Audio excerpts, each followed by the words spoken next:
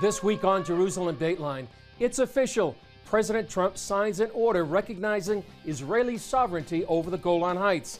Plus, Hamas fires a missile deep inside Israel, sparking the latest round of violence between the terror group and the Jewish state. And an ancient Jewish village from the time of Jesus is discovered inside Jerusalem. All this and more this week on Jerusalem Dateline. Hello and welcome to this edition of Jerusalem Dateline. I'm Chris Mitchell. Once again, Israel and Hamas faced off in another round of violence. The conflict began when Hamas fired a rocket deep inside central Israel that destroyed a home and injured 7. Israel responded with attacks on Hamas targets inside the Gaza Strip, while Hamas fired dozens of rockets towards southern Israel. During the fighting, the IDF began preparing for what could be a broad military campaign inside Gaza. The border has been simmering for at least a year. At the end of March, Hamas marked a one-year anniversary of the so-called Great March of Return, an attempt to breach Israel's southern border. CBN News has covered what's happening on the border. And here's a story on both why Hamas is trying to breach Israel's southern border and what the IDF is doing to stop them. CBN News got a rare up-close look at the violence on the border of Hamas-controlled Gaza. We're standing just a few yards away from the Israel-Gaza border. This is the front lines of a more than 2-month battle between Hamas and the Israeli Defense Forces. Like many other places along the border, soldiers face deadly force. Today we've had 3 grenades thrown at Israeli troops at this specific location. It's not legitimate and civilian riot. The leaders of the riot is Hamas, and they are trying to challenge us. This frontline commander said the IDF faces daunting military challenges defending its border.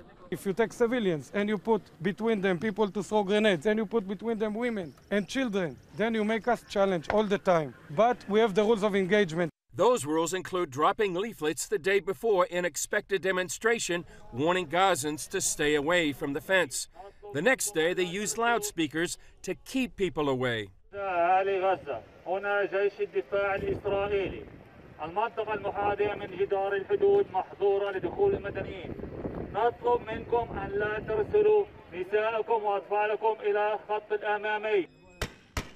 Then they shoot tear gas for those who approach the fence. And after that, only shooting in the air. If they will try to cross the fence with using of cutters, using of burning tires, there will be no choice and they will have to shoot with snipers to the foot. And that's what we do before we use lethal weapon. During our interview, the commander received word of a Hamas shooting. The report now is that they shot at one of the forces that is from south to this spot. He says their priority is protecting Israelis. Nobody wants to cross Israel to hug the people that live in Nahal Oz or in Netiv HaAsara. That's not their purpose. A few hundred meters behind us is the kibbutz of Nahal Oz. For the soldiers who are deployed here, it's very clear. We're here to defend against a massive amount of violent rioters who are hiding terrorists behind them. They want to tear down the defenses and get inside, and our job as a military of a sovereign nation is to stop them and to defend our Israeli civilians. Throughout the demonstrations, the IDF faced criticism at the UN, world capitals, and the media. To the critics, I'd say stand in our shoes and walk in our boots a few miles, have those thousands of rioters and terrorists try to invade into your country and to risk or to threaten your civilians, and then criticize us. Much of the coverage seemed to show one side of the story, an uprising to protest the opening of the U.S. Embassy in Jerusalem. But Memory, the Middle East Media Research Institute, released a compilation of videos that give a much different perspective. For example, this Hamas official admitted on Palestinian television that 50 of the 62 people killed were Hamas members. Mahmoud Zahar, a senior Hamas official, said this on the Al Jazeera network. This is a clear terminological deception. So when we talk about peaceful resistance, we're deceiving the public. This is a peaceful resistance bolstered by military force and by security agencies. The videos show tire-burning and wire-cutting units saying their highest aspiration is to die for the sake of Allah, or to take down the border fence with the fingernails of their children. Israeli Ambassador Danny Danon called this a Palestinian cycle of death. First, they incite people to violence. Then they place as many civilians as possible, including women and children, in the line of fire to maximize civilian casualties. Then they blame Israel, and then they come here to complain to the UN. Even this Palestinian Authority official blamed the PA's rival, Hamas. Seriously? Sending children to be killed or lose a limb while your leaders are having a good time? More demonstrations are planned, and tragically, more Palestinian children may die or lose limbs and be crippled for life. After Hamas fired dozens of rockets into southern Israel, we went down to the Israeli town of Sderot, next to the Gaza Strip. Over the years, more than 10,000 rockets have been fired near or inside the town. Because of this danger, it's been called the bomb shelter capital of the world. Every home has a bomb shelter, and bus stops and playgrounds have them too. Given this kind of life, you might think the residents would have fled by now, but you'd be wrong. We talked with one resident who explained why Sderot has not only survived, but thrived. It's even more incredible of a miracle that we're still alive and we're still here. And Sderot is a booming and thriving city. The rockets haven't scared anybody. In fact, the population is doubling. Everywhere you see cranes, you see construction. People from all over Israel are moving. You know, we're resilient. That's the word in this town, the theme, resilience. Resilience even in the light of 13,000 rockets from 2005 till today have been sent in the direction of this town, 13,000 rockets. And yet, do you see people screaming, running, packing up their moving trucks and moving out? They said no. In fact, you look in every direction. If you go to a high point and a viewpoint, you'll see cranes in every corner, apartments going up, new shopping malls, new businesses moving here. They say, we want to answer to Hamas. We want to show them we're not afraid. We're not leaving. You can march for return every day you want at the border, but we're here. We returned after 2,000 years of exile. God returned the Jewish people to this land. We're in the sovereign state of Israel. We're not occupying anybody. We're the Jewish people coming back to the biblical homeland, the land of Israel, and the modern miracle of the state of Israel. Coming up, President Trump's historic decision to recognize Israeli sovereignty over the strategic land of the Golan Heights. Watch breaking news, in-depth exclusive stories and programs, from health to entertainment, you won't find anywhere else. The CBN News Channel, a perspective you can trust. Enjoy credible news reporting from around the world. Discover inspiring programs and stories of hope, all in one place, from a Christian perspective. The CBN News Channel, a perspective you can trust. Check your local listings or visit cbnnewschannel.com. CBN Israel, standing with Israel and blessing God's people. Join us. Get breaking news from the Holy Land. Witness biblical history uncovered. Learn the true story of Israel through groundbreaking films. Help Holocaust survivors and other Israelis in need. Be part of the redemptive story God is telling through His chosen people. CBN Israel. Together we will stand. Join CBN Israel today. Hey, if you're tired and exhausted all day, you can't think clearly, and you really just need a cup or even a pot of coffee to get through your day, then join me, Dr. Josh Axe, for this new series where I'm going to teach you how to transform your diet and use essential oils and supplements to get a better night's sleep. Protect your sleep and live your best life with innovative information from 5 leading sleep experts. If you're not a great sleeper, you can do things to make yourself a great sleeper. If you're already a pretty good sleeper, you can enhance your sleep and be even better. Discover a sleep-enhancing bedtime routine, how to put insomnia to rest, learn how to relieve pain that disturbs sleep, and much more in Protect Your Sleep. Everything you do better with a good night's sleep. Wake up to your best life. Call 1-800-700-7000 to get your free DVD or booklet of Protect Your Sleep today. Don't miss out on this brand new series. The 26 nations of the European Union voted unanimously to condemn the U.S. decision to recognize Israeli sovereignty over the Golan Heights. Yet during a meeting at the White House, Israeli Prime Minister Benjamin Netanyahu called the move historic and one more action by President Trump that protects Israel from its enemies. In the long sweep of Jewish history, there have been a handful of proclamations by non-Jewish leaders on behalf of our people in our land. Cyrus the Great Persian king, Lord Balfour, President Harry S. Truman, and President Donald J. Trump. And you, Mr. President, you've done it not once, but twice, with your bold proclamation on Jerusalem and with your bold proclamation today on the Golan.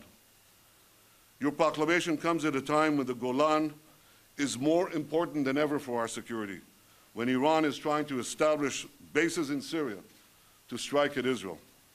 Mr. President, just as Israel stood tall in 1967, just as it stood tall in 1973, Israel stands tall today. We hold the high ground, and we shall never give it up. Ha'am im ha-Golan. That means the people are with the Golan. But thanks to you, we now know that there are two peoples who stand with the Golan. The Golan Heights is part of Israel's biblical inheritance. It came back into Israel's hands as a result of the 1967 Six-Day War. For decades, it was one of Israel's quietest borders. But over the last few years, all that has changed. Take a look at the history and the strategic significance of the Golan to the Jewish state. Whoever sits on the Golan Heights totally dominates this whole region. That's in part because of the proximity to the Sea of Galilee.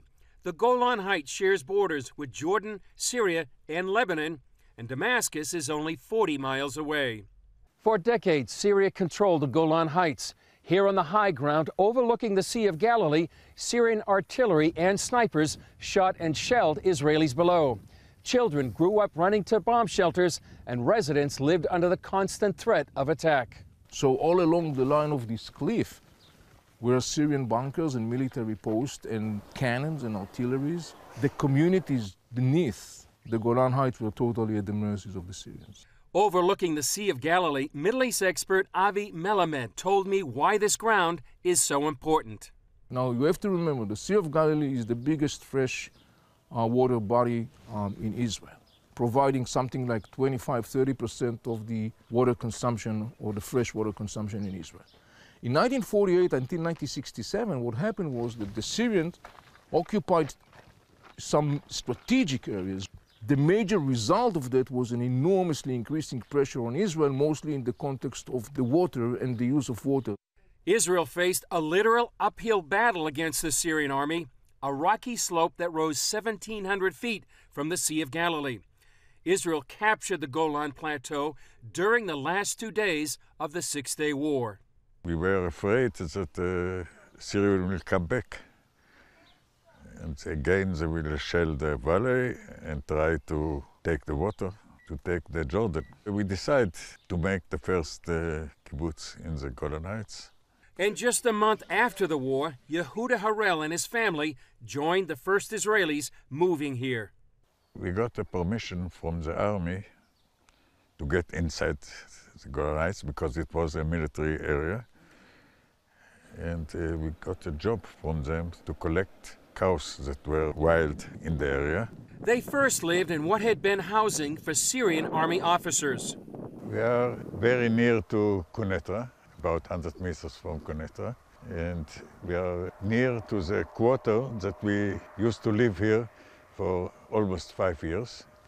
This was the house that we, with another 3 families, lived in this house. Eventually, the community moved across the ridge and still farms near the border. Today, close to 50,000 people, more than 25,000 Israelis, and about 22,000 Druze live on the Golan Heights. It's known for its fresh fruit, like the grapes used in award-winning Israeli wines. In the last more than 40 years, the Golan Heights is the most quiet area of Israel. Everything happened in the other side of the border. But that could be changing.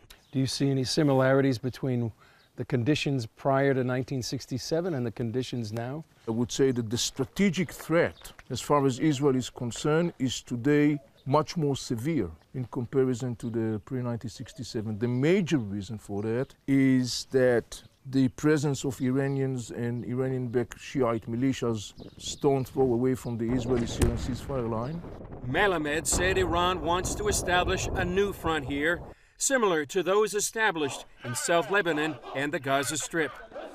Trying to launch a military front against Israel in the Golan Heights could result in a massive eruption, because Israel would not stand for that, and rightly so.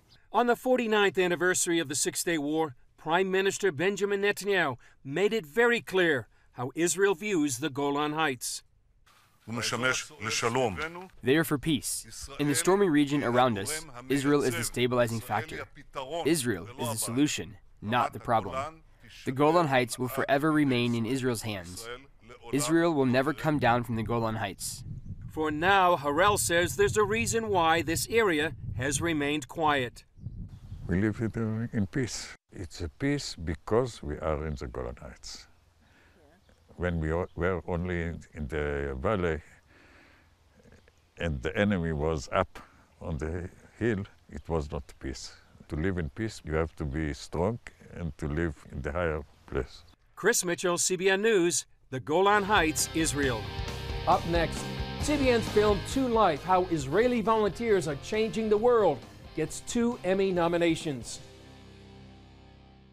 A historic bond between the Jewish people and the land of Israel cannot be broken. Now on Blu-ray or DVD, the new CBN documentary special, The Hope, The Rebirth of Israel. History is knocking on the door. Things are changing. Call 1-800-700-7000 or go to cbn.com/Israel The Hope to receive your copy of the CBN documentary special, The Hope, The Rebirth of Israel, for a gift of $10 or more. Now on Blu-ray or DVD. Once he declares the state of Israel, they're all going to come after us. Go on an extraordinary journey as Gordon Robertson explores the founding of Israel and meet the heroes who made history. The United States recognizes the new state of Israel. The Hope, The Rebirth of Israel can be yours on Blu-ray or DVD for a gift of $10 or more. Call 1-800-700-7000 or log on to cbn.com/Israel The Hope. Call now. Hello, I'm Dr. David Perlmutter, board-certified neurologist and #1 New York Times best-selling author. Wouldn't it be great to boost your energy, eliminate brain fog, and even reverse brain disease? Well, you can, and I'm going to show you how, along with some of the world's most well-respected brain experts, in this DVD, Protect Your Brain. Get Protect Your Brain, a free DVD only from the Christian Broadcasting Network, featuring experts on the cutting edge of neuroscience and brain health. No matter how many times you've failed in the past, you really can do this. In Protect Your Brain, you'll discover simple strategies to keep your brain young and healthy. Improve your memory. Discover the gut-brain connection. In Protect Your Brain, get your free copy at cbn.com or call 1-800-700-7000. If you want to improve the quality of your life, get the DVD Protect Your Brain and get it today. CBN's documentary To Life, How Israeli Volunteers Are Changing the World, received 2 nominations for Daytime Emmys, one in the Outstanding Special Class series and the other for Outstanding Writing Special Class. Here's a look at one of the Israeli organizations highlighted in the film, Springs of Hope.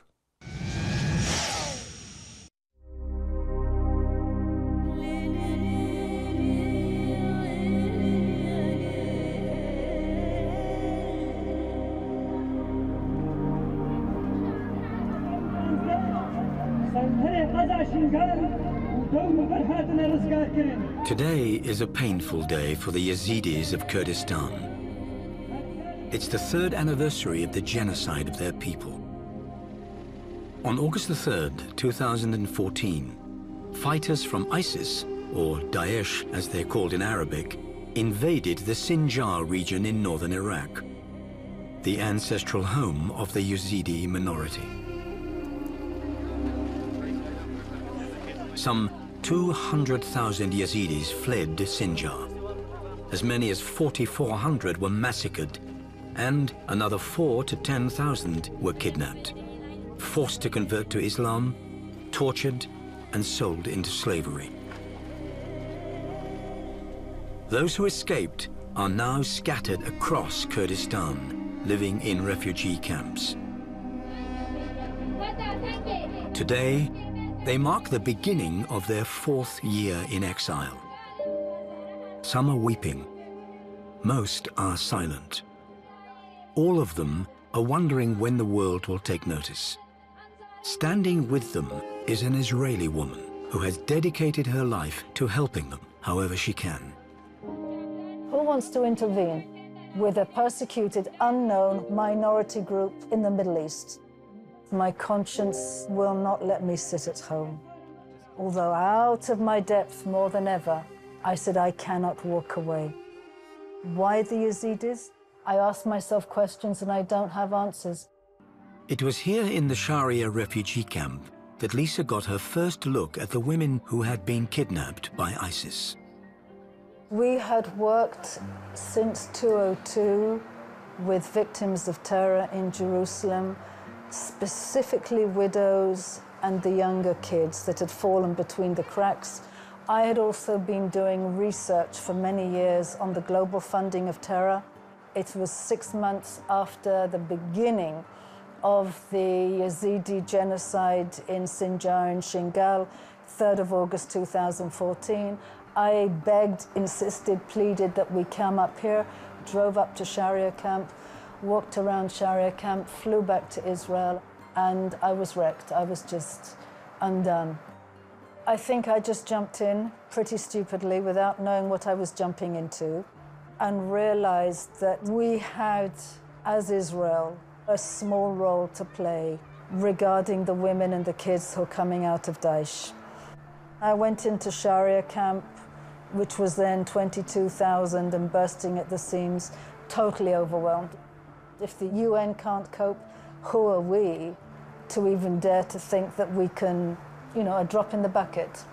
But when I began to meet the women that were coming out of Daesh and helping to take off their black robes and shower them and put a new dress on them, I realized that here we could help, and that would be our place of tikkun olam.